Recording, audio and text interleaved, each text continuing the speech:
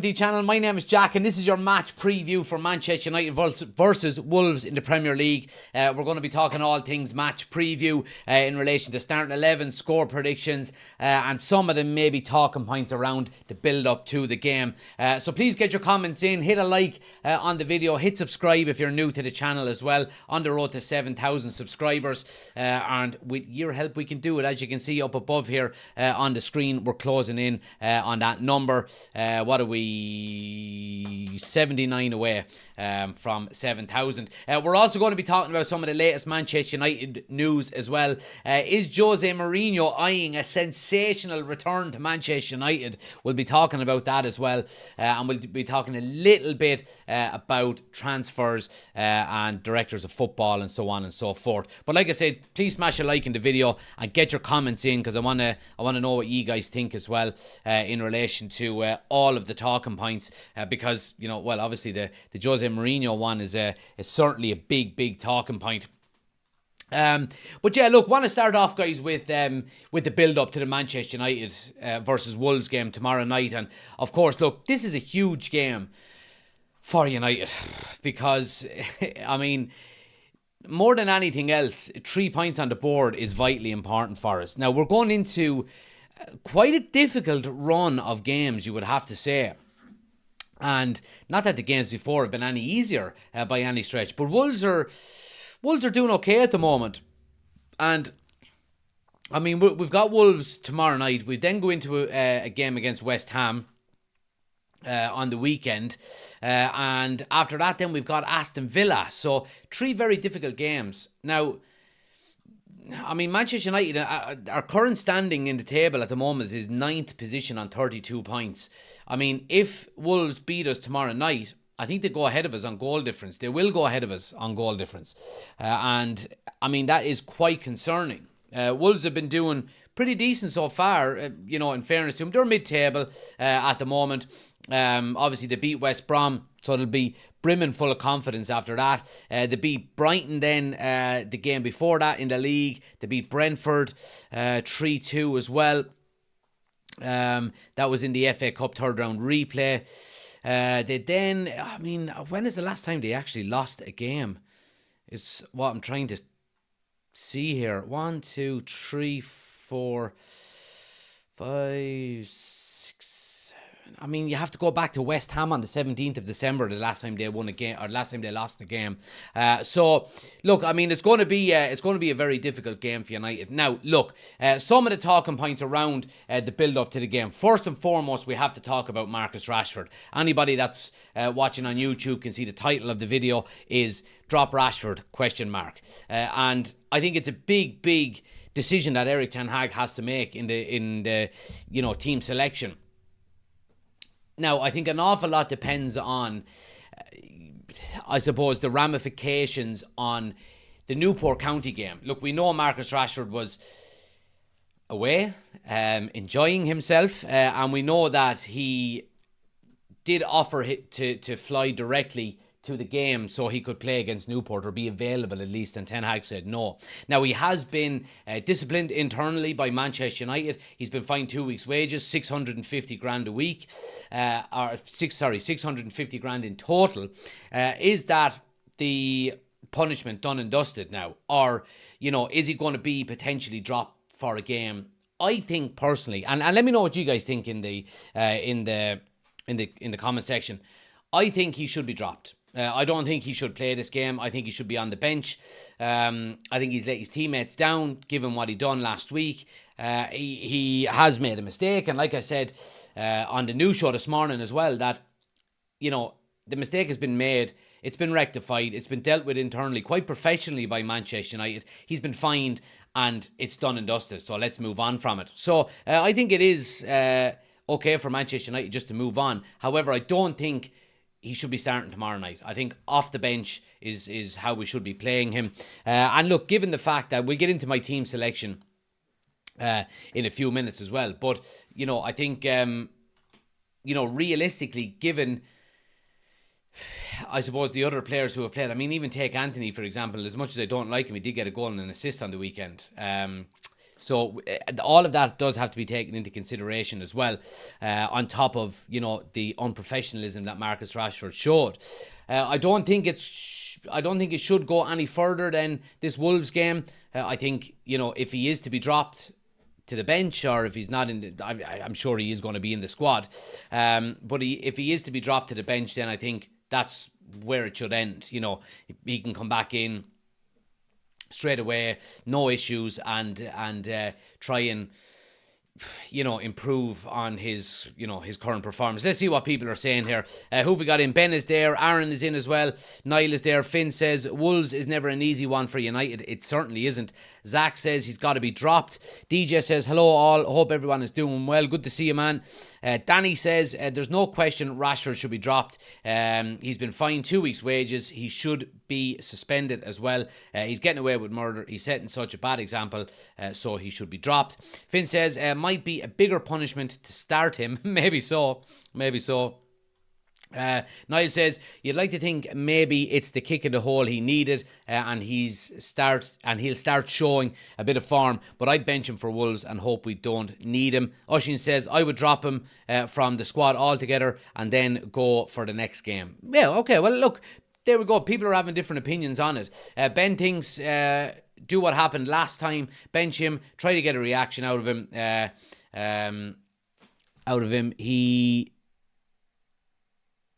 He knows how his team and fans, he needs a decent run.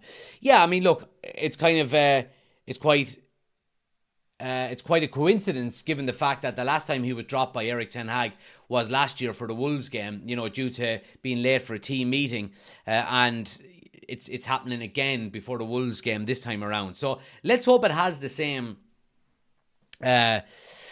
reaction from him, if he comes off the bench and scores the winner like he done the last time. Let's see what people are saying here. Jose coming home, says Lee. Liam says, would take Mourinho over Ten Hag, or would you take Mourinho over Ten Hag? We'll get into Mourinho now in a few moments. They should sell him to a big club for 80 million, says Alex. And as well, guys, so moving it on then from Marcus Rashford, I do want to talk a little bit about Andre Onana. So obviously he's back in training today. Erik ten Hag did say in his press conference that he is going to be available for selection. So does that mean he comes back in? Again, let me know. We'll do a poll on YouTube here and see what people think. Onana.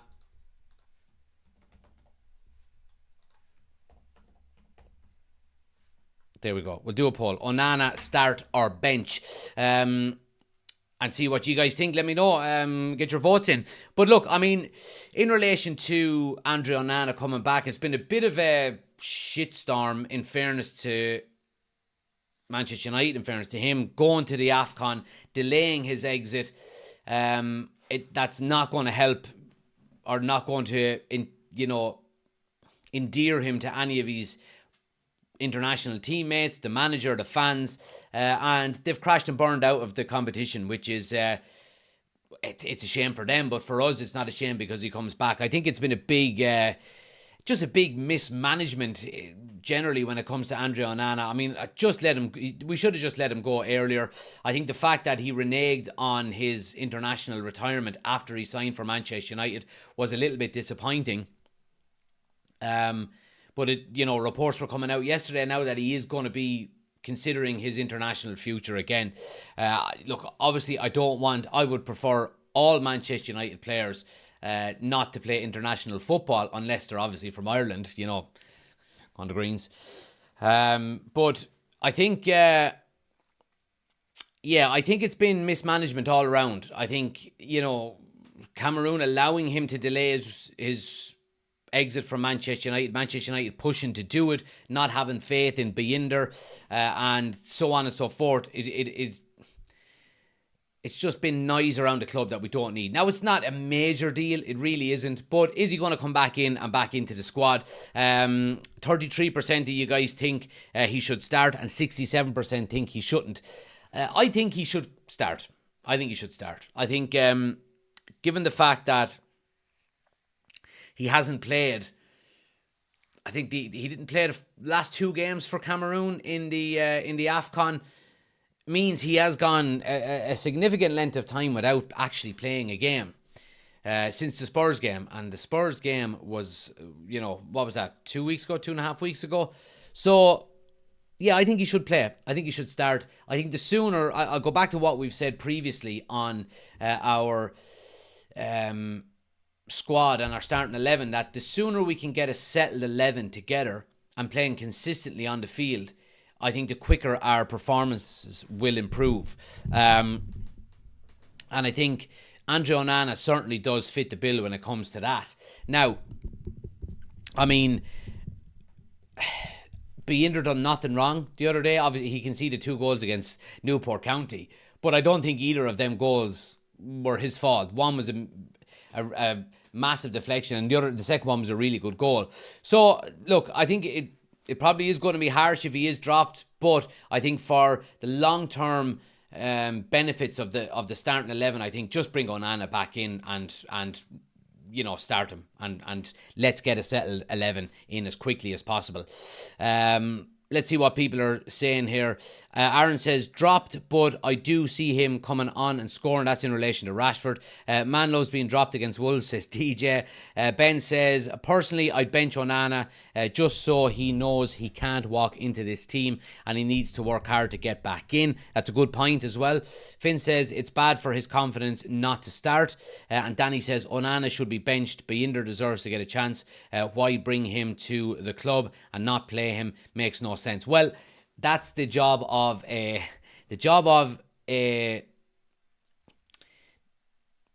backup goalkeeper, is to not play football, basically. It's the case with 99% of goalkeepers, bar the likes of certain situations like Ramsdale and at Arsenal. So yeah, look, I mean, Binder is not going to play an awful lot of games between now and the end of the season, so I don't see the reason why we would delay the fact of bringing Onana back in and just put him into the team. But we're going to do our starting 11, guys, and let's see what you guys think. Again, get your predicted 11 into the chat.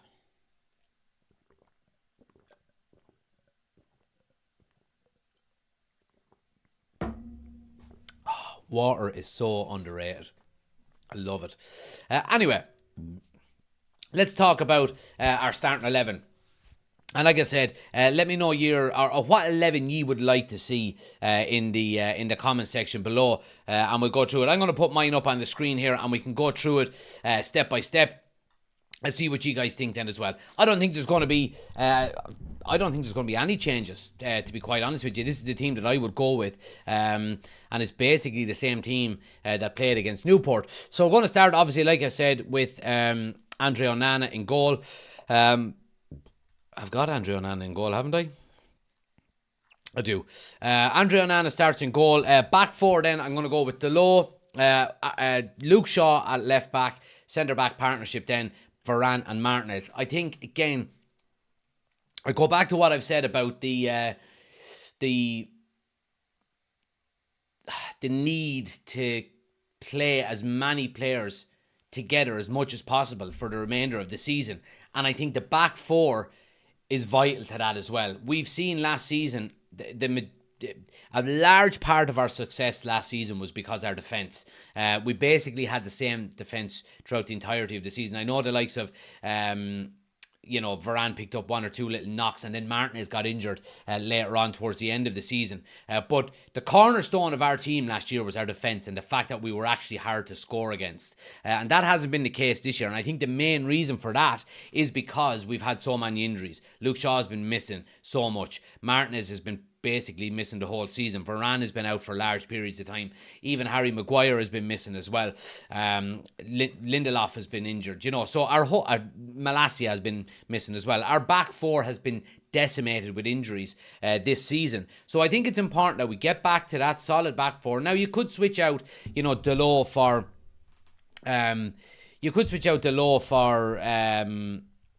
Wan-Bissaka, maybe, if you wanted to do that. I would have no issue with that either. But I do think a solid back four is vitally important. Midfield three then, again, Casemiro, Menu and Bruno Fernandes. I thought Casemiro, look, I actually watched the game back yesterday, and I thought Casemiro had quite a professional performance. Just came back, knew what his role was in that defensive midfield area. Done his job well. Got a yellow card, but it's Casemiro. Kobe Mainoo then as well. He's the first name on the team sheet at the moment, isn't he?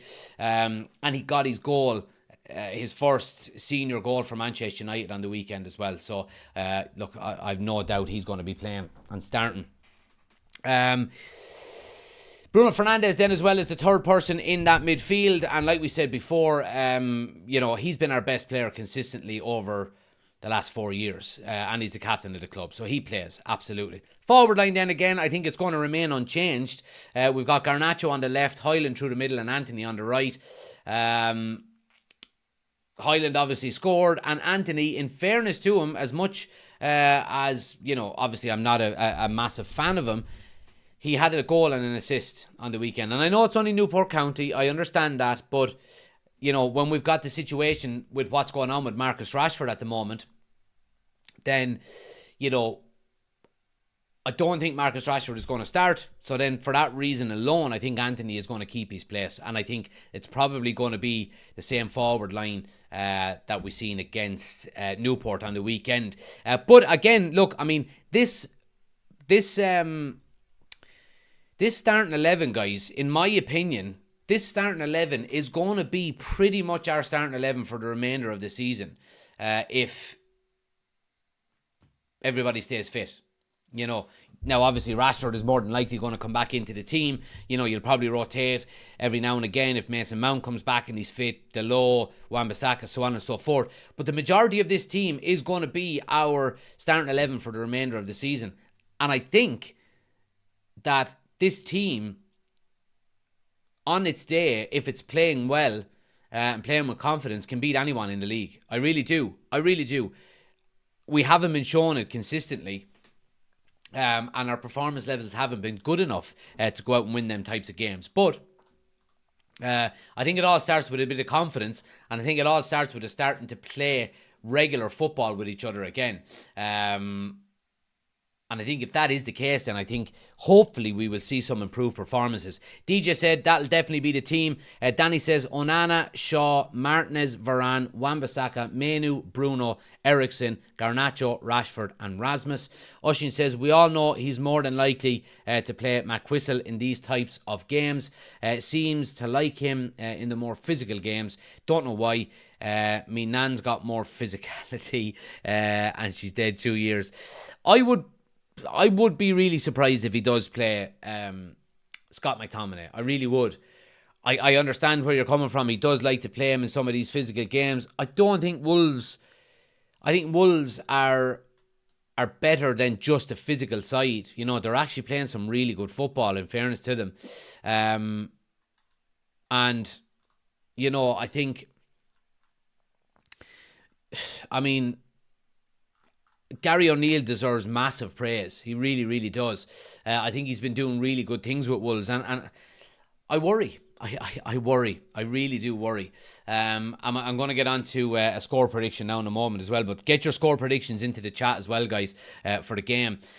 Alex says, are you watching the Liverpool game? I am not watching the Liverpool game. I probably should have it on, but I was too busy looking at some of the Mourinho rumours coming in. I was reading up on that before we went live, but I'll get it up here now and start watching it. Ben says, that's the disappointing thing, Jack. We all know what the team can do. It's on its day. It is, and that's the worrying thing. Brentford are 1-0 up on Spurs, which is a good result. Any other games on at the moment? Liverpool-Chelsea, there we go. Liverpool-Chelsea, any score? 0-0 so far. Did you put Antony in? He could be about to wake up. I did, Finn. Yeah, I've got Antony playing on the right wing. I hope he wakes up. Oshin is going with a 3-2 loss. I can't predict the scoreline, says Niall. We just don't know what United is going to turn up. Yeah, look, I agree. Right, score predictions for me. Again, kind of echoing what Niall says there, you just don't know what Manchester United side is going to show up. You really don't. And that's a big concern. To say I am confident going into this game would be a lie. To say I am not confident going into this game wouldn't be a lie. I'm not massively worried going into the game, but I think Manchester United have just numbed the expectation levels for us fans with their unpredictability this season. And I'm kind of bringing that into this game as well. Again, look, I've said, you know, with the inconsistencies that we've had this season, I haven't got too high when we've won and I haven't got too low when we've lost, because, you know, this team has just completely turned upside down on numerous occasions. Now, I will be over the moon if we get a win tomorrow. Oh, surely that's a penalty. Oh, ref. Oh, big penalty call for Chelsea there against Liverpool. Fucking live VAR pool, by I swear to God. Yeah, let's have a look at this again. Van Dijk, big dirty leg. Oh, that's a penalty. That's surely a penalty. Let's have a look again. Gallagher. Oh, that is a penalty. That's a Stonewall. That's a Stonewall penalty. How the ref didn't give that is just... Oh, my God. Right, the ball is out. Are we looking at VAR here? Sorry, I'm just keeping you up to date on Chelsea-Liverpool here. Gallagher makes a great run. Van Dijk sticks his leg across, makes contact, brings Gallagher down in the box. I think that's a pen. Yeah, the left leg makes contact with the knee of Gallagher. That's a pen. Surely that's a pen. Oh, my God. I mean, what a fucking joke. What a joke. Liverpool, by Jesus Christ. Anyway, score prediction. I'm going to go with a 1-1 draw tomorrow night is my score prediction for United versus Wolves. 1-1 draw.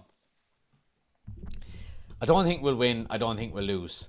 I think we'll draw. Now, if we get a win, it'll be a big, big result for us. Really will. And we need one. We vitally need one. Let's see what other people are saying here. Oshin says a 3-2 loss. Finn says a draw probably, but we'll go for a 2-1 United. Tommy says 3-1 to Wolves. Ben says 1-0 to United. Highland will get one chance, one goal again. Love it. Luke says loving the lives recently, Jack. Appreciate it, Luke. 2-1 to United, says Tommy, if we are lucky. Tommy, you just said 3-1 to Wolves in a comment previous. I don't know what you were saying there. But anyway, yeah. As well, guys, just want to let everybody know there's a few new channel members, official channel members. I just posted a post on YouTube about 20 minutes before we came live there for the link to join the private WhatsApp group. So, you know, any official channel members can join the WhatsApp group. Go click the link. You can join the WhatsApp group and get involved with us as well if you want. Anyone that wants to become an official channel member and get access to the official WhatsApp group, link is in the description of the video.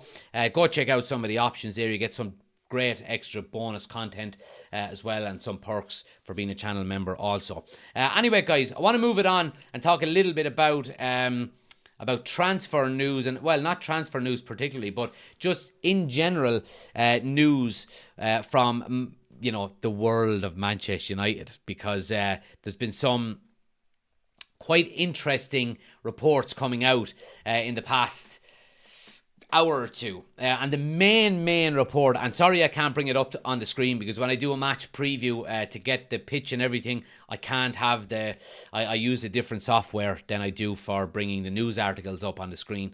However, there's been one story circulating in the past couple of hours that has dominated the headlines in relation to Manchester United, and it's in relation to Jose Mourinho. Now, it's coming from Mike Keegan from the Daily Mail. He was on a podcast speaking, and he said that Jose Mourinho is eyeing a sensational return to Manchester United, with the former manager believing he has unfinished business at Old Trafford. He's keen on making what would be a sensational if somewhat unlikely, return to United. Sources close to the Portuguese manager, who was sacked by Roma earlier this month, says he feels he has unfinished business after leaving Old Trafford in December 2018 and has made it his mission to take charge again should the opportunity arise at some point in the future. As revealed on Mail and Sport, Mourinho is also said to be keen to work with the new regime at United, with Sir Jim Ratcliffe and Ineos taking over football operations as part of the petrochemicals billionaire's 25% investment in the club. His ambition is to return to United, a friend explained. He feels like he has unfinished business there after how it ended last time, and has made it his mission to go back. Mourinho back to United.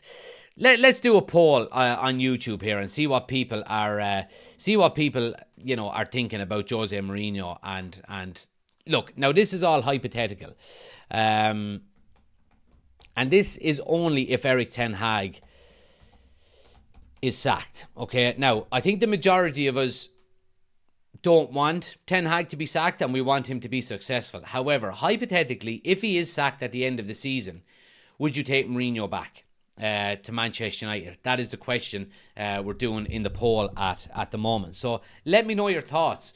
I'm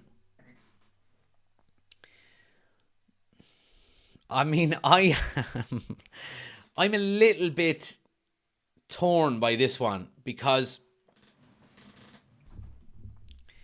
I know that Jose Mourinho coming back to Manchester United, I know Mourinho coming back to United would be for 2 or 3 years max. It would go the same way. You know, he would end up not getting what he wants, and he will fall out with whoever, you know, the football director is, or so on and so forth. However, he would win you a trophy in them couple of seasons. That's the thing. Now, whether he would be there long enough to win a Premier League title, I do still believe he is good enough to win a Premier League title. I really do. And with the likes of Klopp stepping down and maybe Guardiola stepping down the following season, there would be a real opportunity for Jose Mourinho to come in and be the main man in the Premier League again as Manchester United manager. Now, you know, a lot of people do say about Mourinho, you know, negative football and park the bus and so on and so forth. And while I do think there is a defensive side to Jose Mourinho's setup, I think the reason why Manchester United got park the bus tagline so much is that we didn't really have that good of a team.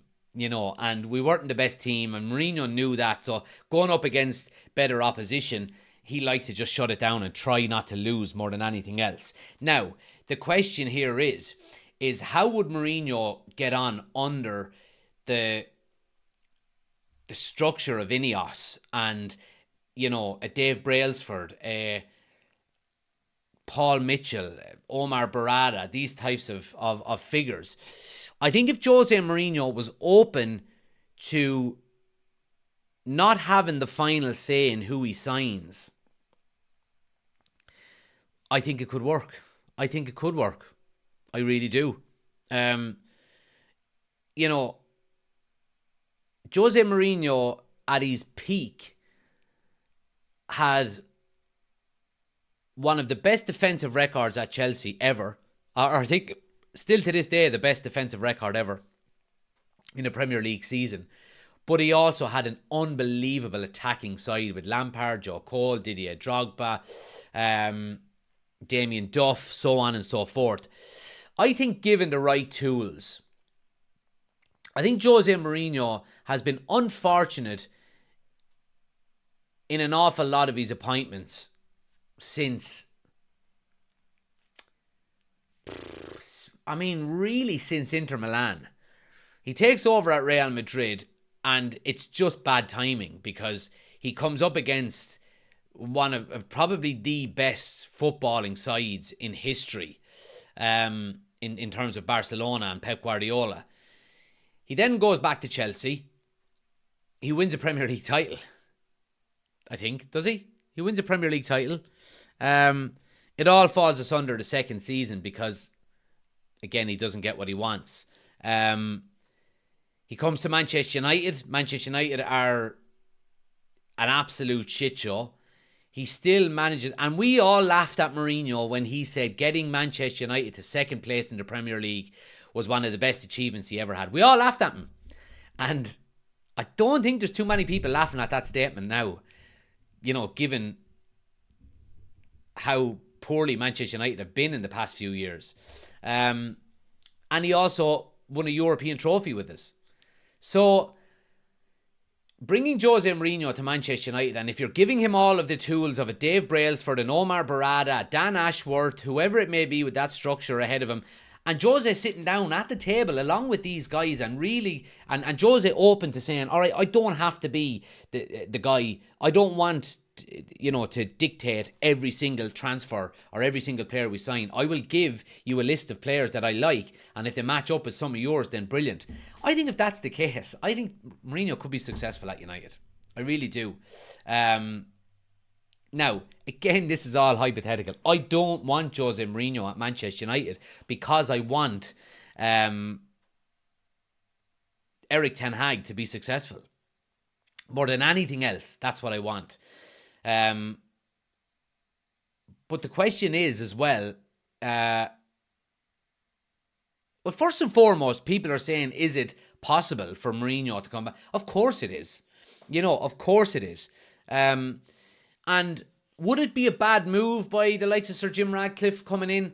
I mean, Jose Mourinho with the right tools guarantees you trophies. He just does. He guarantees you trophies. Now, if Jim Ratcliffe and Sir Dave Brailsford and whoever else is making the decisions at the top of Manchester United are saying, right, well, look, we're not going to be good enough to actually win the Premier League for a couple of years anyway, under the new structure. Why not get Mourinho in for 2 or 3 seasons? Get a couple of trophies under our belt, whether that be an FA Cup, a Carabao Cup, and you never know, he could go on and do damage in terms of winning a league or, doing really well in the Champions League. I don't know, but I think that would take an awful lot of pressure off of the likes of Jim Ratcliffe and the Ineos board and structure to actually get trophies into the club.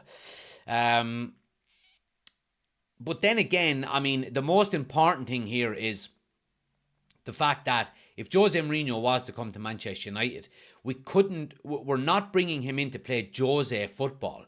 We have to play the type of football that the club wants to play, that we identify a style of play with Jim Ratcliffe, with Omar Barada, with Dan Ashworth, whoever the director of football is. This is how we want to play, and these are the players we're going to identify. So that when Jose Mourinho comes and leaves in 3 years after he arrives, there's not a big drop-off. And all we do is we change the manager, but the same style of football remains.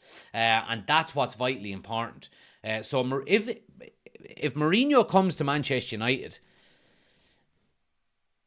I think the one worry I would have is that style of play that you want to have your club playing for the next 10 years. Is Jose Mourinho going to be too stubborn and come in and go, I'm not playing that way. I'm the manager. I'll play whatever way I want. And then all of a sudden he starts, playing very defensive or not the way we want to play, so on and so forth. So yeah, I mean, it's a big decision. If Erik Ten Hag was to be sacked, I'm sure Jose Mourinho would be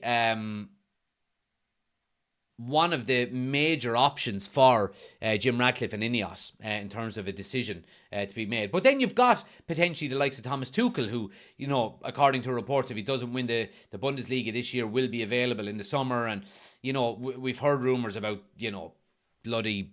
that ex-Chelsea lad, I can't even remember his name. That's how poor of a manager he is. Graham Potter. So yeah, I mean, it's going to be interesting to see. Let's see what people are saying. First of all, the poll, would you take Mourinho back at Manchester United? 58% of people said they would, and 42% said they wouldn't. Now that's if, and only if, Erik Ten Hag would be sacked. Let's go through some of the comments to see what people are saying about Jose Mourinho. Let's see. Where we go? There we go. Sean says, any merit to giving Ten Hag a go under the new regime? I wouldn't be against Jose until Carrick is ready for the role. No, I want Ten Hag to get a minimum of 12 months under the new system at Manchester United. Oshin says, only way he should be back is a season ticket holder. Niall says, Jose doesn't realise we're still skint, doesn't he?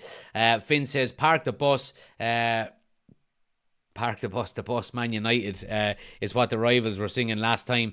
Danny says, I'd take Jose back. He wasn't given enough time or enough chance. Plus, he wasn't given the backing. Jose is a much better manager than Erik Ten Hag. No brainer for me. DJ says, Shaw probably hates this rumour. He does, yeah. Shaw is just going, oh, bollocks.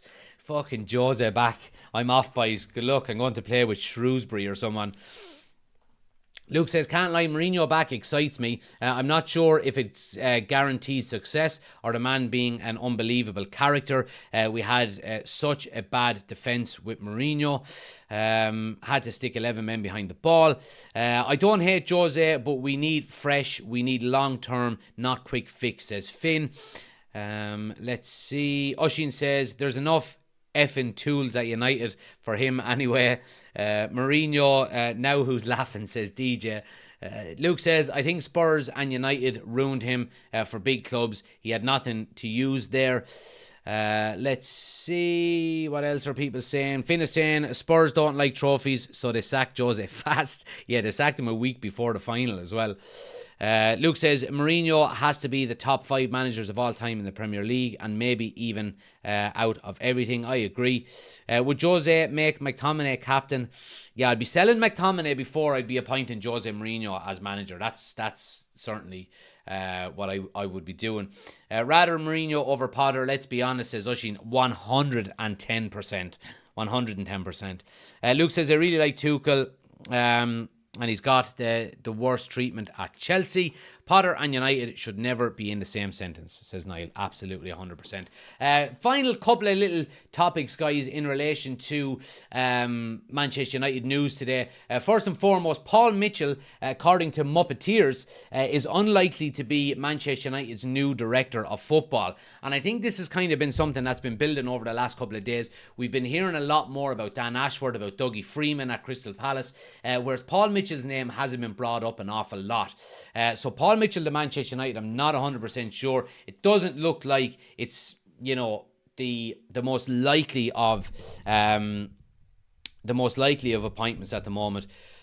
But again, we have to wait and see.